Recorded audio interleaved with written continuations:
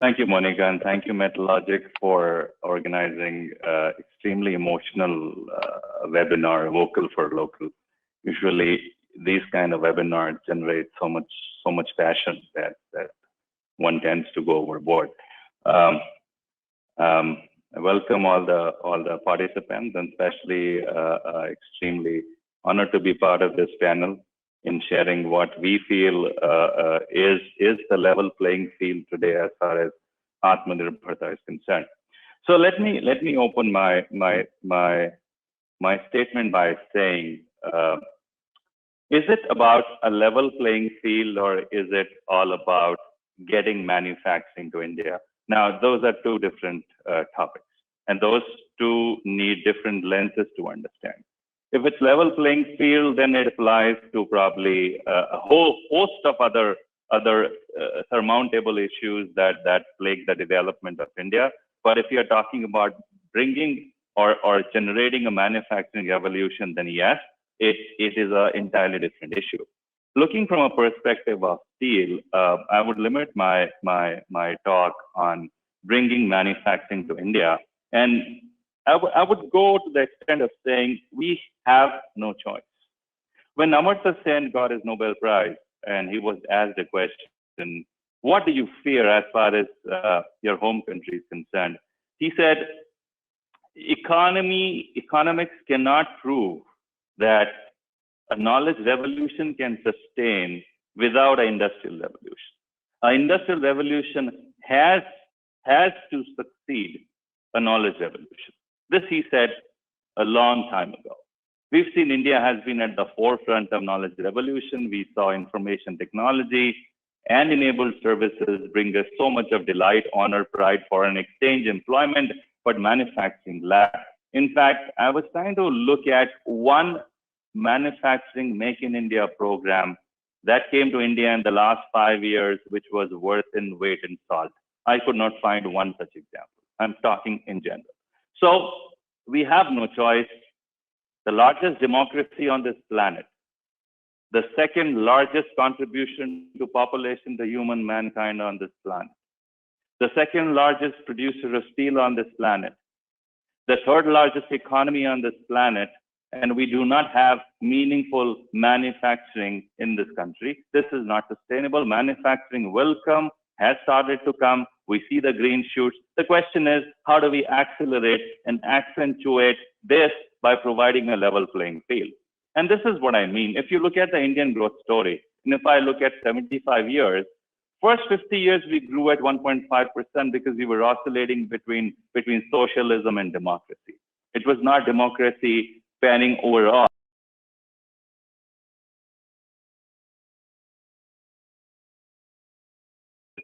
For the good and bad of whatever wisdom prevailed then.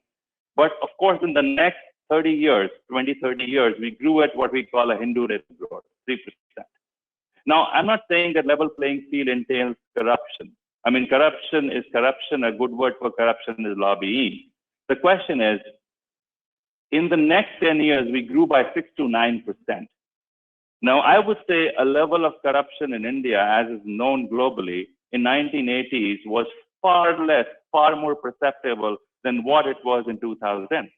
But the question is, in 1980s, we grew at 3%, and 2003, 4, 5, 6 onwards, we grew at 6 to 7 and 9%. What are we trying to convey? That India incorporation grew only at night. When so corruption increased, the growth increased. Now, this is not how you create a level playing field. So India incorporation did not grow at night. Now the catch here is, we got our independence in 1947. South Korea got its independence in 1955, and so did Singapore. Today, countries like South Korea are 50 years ahead of us, and so is Singapore. The question is why? The question lies in the way they handle their manufacturing domain. If you would actually do a comparison of Southeast Asian economies versus India, there are 4 typical parameters that come to light. And first is, the SEA economies were very, very intensive on deployment on capital and labor. Capital in India was considered a taboo till mid-80s and 90s. Do not forget what China started in 1979 called liberalization. We started in 1991. So there was a head start of 11, 12 years. But do we now consider ourselves only 11 or 12 years behind China? Of course not. But what China did was China cast its policies in cement, and we could not do that. China cast its interest rate. They cast the renminbi against the dollar in cement, and that could lay a roadmap to great diversity and prosperity as far as manufacturing was concerned. Now, I wish we could have done that. Similarly, Southeast Asian economies are fueled by federal dispensation and governments, whereas at the center of Indian growth story is a promoter. So how do you give a level playing field to a promoter? This is the difference between Indian manufacturing scenario and Southeast Asian economies. They were hinged more on export, and we are hinged more on domestic demand and consumption. They were investment heavy, and we are consumption heavy. Now, if these are the criteria on which we have to develop a level playing field, make no mistake, this level playing field is for domestic demand or consumption, or is it for exports? Now, these two are extremely different things. If you connect, and this is a very small exercise, if you connect on the map, political map of India from Kanpur to Chennai, if you draw a straight line, you put a ruler across, draw a line from Kanpur to Chennai, would you believe 65% of prosperity of this country lies on the west side of that line? How come there's a polarization and dichotomy? Where is that level playing field? So level playing field has got 3 or 4 legs. It's got 3 or 4 ecosystems. And unless we come to understand what it takes, it can't be only anti-China bashing. It can't be anti-import bashing. It cannot be government bashing alone. It has to encapsulate the entire chain of stakeholders going forward.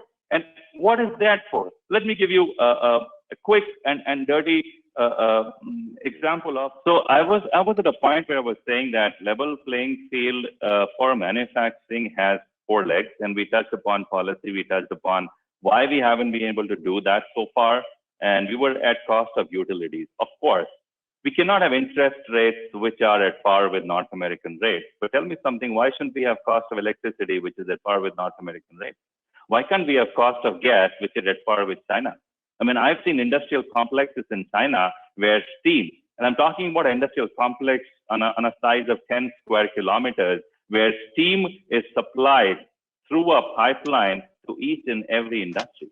Now, that is a level playing field. If they produce a product and we produce a product here, how do we come to consensus? How do we come to that it's not a cash for clunker program that I'm asking the federal dispensation to come in. So let me highlight 3 examples here quick in the next 2-3 minutes. Dunlop wanted, and these are 3 case studies that were, 2 of them were published in Harvard Business Reviews. Dunlop wanted to set up a mega production facility in this part of the world. And they said, India has English-speaking labor. India has a great climate. India is a democracy. We love it. It's a great place. We can trade. And China doesn't have all of this. And I was shocked to find out that 18 months down the line, Dunlop set up that facility in China.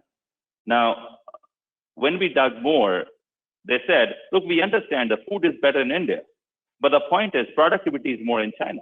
I said, what do you mean by productivity? He said 20 people in China produce 2,000 pairs of shoes. 20 people in India would produce only 500 pairs of shoes. The question is, do we have a responsible education system going forward? We've got millions of engineering coming into the fray, but then what quality of engineers are we producing? And that's what I would say comes in an ecosystem of institutions. We have educational institutions, knowledge institutions, and we have policy-making institutions, which is a bureaucracy. Now, this is exactly where this funnel comes in. Institutions have done great in India and provided a great level playing field where the entry level was restricted.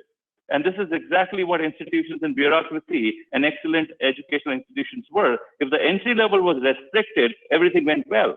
Unfortunately, business is this way. Businesses, there is no entry level for business. There's no quality business coming in. Dunlop didn't do that. India used to be the largest exporter of coconut, which went on to make coconut oil. There's a huge plantation of coconut down south. There's no reason why we say that we cannot beat Malaysia or Singapore as far as coconut farming is concerned. But if you look at today, Malaysia won the race. They export more coconut because coconut is a labor-intensive job. You need a man to climb up a tree and actually chop coconuts. What Malaysia did was They had a lot of monkeys like we have. They trained a lot of monkeys. Those monkeys used to climb up the trees and actually chop coconuts. It's an industry in Malaysia chopping coconuts using monkeys. In India, we had an animal cruelty law. 35,455 archaic laws still rule this country, which were formulated by the British. Now, I understand we should not put in harm to a living being called a monkey, but then I believe a couple of people have jailed because they were using monkeys to chop coconuts. What happened? Coconuts started being exported. Coconut prices came down. Coconut became nothing but a commodity. We lost our land allocation in China. Volkswagen went to China and said, we need 2,000 acres. They took, and this is the biopic of Volkswagen CEO. He said, they took me in a chopper. They took me to 3,500 feet and said, well, that is a piece of land that we are earmarking for you. Now at 3,500 feet, it's very difficult to say whether it's 2,000 acres, 1,000 acres, or 3,000 acres. He came down, when he was signing the contract, it said 20,000 acres. He said, excuse me, is there a problem in this contract? There's an extra zero there. He said, no, this is 20,000 acres. You wanted 2,000, we gave you 20,000 acres. Build roads, build educational institutions, build hospitals, build living quarters, then build your factory. That's the level playing field we are talking about. We are not talking about simply providing capacities and low capital. We are providing, in general, an ecosystem which can lead for manufacturing to come back to India. And this is where the entire stakeholder chain also has to understand. A great integrated steel plant has to lead this manufacturing revolution. It is a revolution. And at the head of this revolution is the promoter of the integrated steel plant. And let me quote the famous Augustine here. Revolution is a struggle not through the purity of spirit, but through the exercise of free will. If the promoter in this country does not feel free, if the promoter in this country does not feel secure, if the promoter in this country does not feel that he has to be part of the manufacturing revolution, I do not think so. There'll be ever a level playing field.